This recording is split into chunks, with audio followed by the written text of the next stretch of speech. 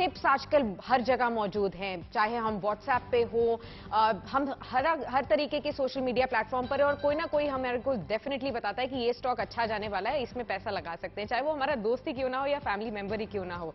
अब इनके ऊपर भरोसा करना कितना सही है, कितना गलत है, ये बताइए। देखिए, स्टॉक टिप को ना थोड़ा अपने नेगेटिव कैटेगरी में डाल देते हैं, बिकॉज टिप वर्ड ही मुझे लगता है कि ये गलत वर्ड है। तो कोई आपको स्टॉक टिप दे रहा है ना, तो आप बोल दीजिए कि ना हमको ना चाहिए, बिकॉज टिप मेरे को पता है किसको दिया जाता है, तो हमको नहीं चाहिए। लेकिन कोई अगर स्टॉक आइडिया आपको दे रहा है तो उसको रिसीव करना चाहिए। डिफरेंस क्या है? टिप का मतलब हो गया कि ये ले लो बस, राइट जी, इस पे चर्चा नहीं होगी, ले लो। आइडिया का मतलब होता है कि आपने किसी को कुछ बताया विद अ लॉजिक। उससे क्या होता है, जब आपको लॉजिक मिलता है तो आपका भी मेंटल ग्रोथ होता है, आपके अंदर में भी एक कन्विक्शन और ज्यादा डेवलप होती है। शायद आप पैसा और ज्यादा डालेंगे अगर आपको आइडिया एक प्रॉपर कन्विक्शन के साथ मिल रहा है। तो मेरी राय ये कि कोई भी आपको कुछ बोले ना, तो आप उससे पूछ लीजिए कि ये टिप है कि आइडिया है।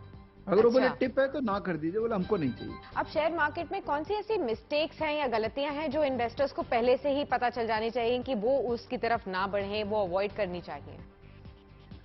देखिए, सबसे बड़ी गलती जो इन्वेस्टर्स मुझे मेरे साथ थे, जो मैं लोगों से बात करता हूँ, समझ में आता है कि भाई किसी से भी पैसा लोन में लेके शेयर बाजार में मत आइएगा कभी भी, बिकॉज लोन का पैसा शेयर बाजार में कभी उपजता नहीं है। क्योंकि आपके पास हमेशा प्रेशर रहता है कि मुझे उसको ब्याज देना है वापस, मुझे उसको पैसे वापस करने हैं। किसी भी तरह का प्रेशर अगर माइंड में है कि मुझे शेयर बाजार के पैसा से घर चलाना है, मुझे शेयर बाजार से पैसा से किसी को लोन वापस करना है, किसी भी तरह का प्रेशर आपके माइंड में है, तो आप शेयर बाजार में मत आइएगा।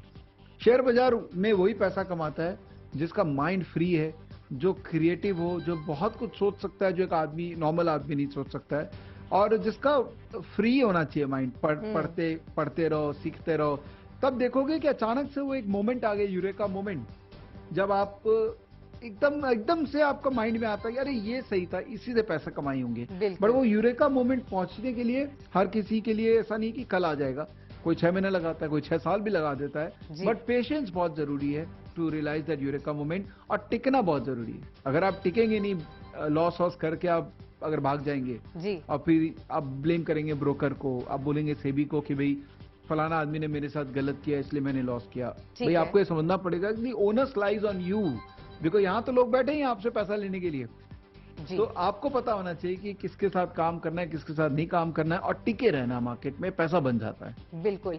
और अब वक्त है विवेक जी कुछ जनता के सवालों को भी लेने का। हमारे पास कुछ सवाल आए हैं। पहला सवाल लेते हैं, ये दिल्ली से नेहा का सवाल आया है। वो पूछना चाह रहे हैं आपसे कि क्या फ्यूचर्स और ऑप्शंस में निवेश करना सही रहता है? नहीं, ये फ्यूचर एंड ऑप्शन निवेश के लिए है नहीं। फ्यूचर एंड ऑप्शन ट्रेडिंग के लिए है।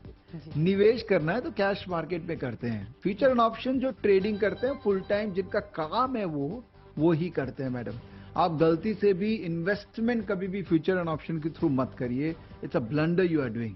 ऑल्दो लोग आपको बोलेंगे हर तरह की बातें कि ऑप्शंस में आप बाई करके चलो, आप इन्वेस्ट करते रहो, फिर देखोगे एक दिन बहुत बड़ा पैसा बन गया। ये सब कहानियां हैं। डोंट फॉल प्रे टू कहानियां। reality is derivatives, futures and option is for only trading, and that to full time traders के लिए, ये पार्ट टाइमर के लिए नहीं है ये। ठीक है, तो उम्मीद करते हैं नेहा आपके सवाल का जवाब आपको मिल गया हो। इस सलाह को डेफिनेटली फॉलो कीजिए। अर्जुन का अगला सवाल लेते हैं। ये पुणे से सवाल पूछ रहे हैं कि शेयर मार्केट में सस्ते स्टॉक से शुरुआत करना क्या बेहतर रहता है? सो अर्जुन, आप तो, आपका नाम इतना पावरफुल है कि आप तो समझ पाएंगे ये बात जो मैं कहूंगा अभी, कि सस्ता को पहले डिफाइन करिए। खाली प्राइस कम है तो जरूरी नहीं है कि वो सस्ता है। जैसे वोडाफोन लगेगा सस्ता, पर सस्ता नहीं है वो। उसका मार्केट कैपिटलाइजेशन, उसका वैल्यू देखिए। हो सकता है कि वो महंगा हो। या यस बैंक अपने को सस्ता लगेगा, बट हो सकता है नहीं है वो सस्ता। लोग कहते हैं कि आजकल तो भेल रूपी भी 20 रुपए में मिलती है, यस बैंक 17 में मिल रहा है, तो यस बैंक ही ले लो, भेलपुरी क्यों खाना है। बट लोग ये नहीं समझते हैं कि उसका 17 रुपया वैल्यू नहीं है, उसका मार्केट कैप जो कि मच लार्जर है। और हो सकता है कि स्टॉक उससे बड़ा मार्केट कैप जस्टिफाई नहीं होता है। तो चालू करना है सस्ते से, it's not a good theory. आप इस पे मत जाइएगा। चालू उसी से करिए, जो उसका समझ आपको है, जिससे आप कन्विंस्ड हैं, चाहे वो महंगा भी है, जी महंगा और महंगा हो सकता है, सस्ता और सस्ता हो सकता है, याद रखिएगा। जी बिल्कुल। आखिरी सवाल लेते हैं। आज हमारे पास ये सवाल आया है नागपुर से। किरण का सवाल है, वो पूछ रहे हैं कमोडिटी ट्रेडिंग और करेंसी ट्रेडिंग क्या शेयर ट्रेडिंग से आसान होती है? अ, मैं नहीं मानूंगा उसको आसान होती है, क्योंकि सब प्रोडक्ट अपने आप में यूनिक है। कमोडिटी के अपने न्यूसेंसेस हैं, कमोडिटी करेंसी के अपने पैटर्न्स हैं, तो कोई भी आसान नहीं है, कोई भी टफ नहीं है। सबको अलग अलग ही कंसिडर कीजिए, इंडिपेंडेंट कंसिडर कीजिए।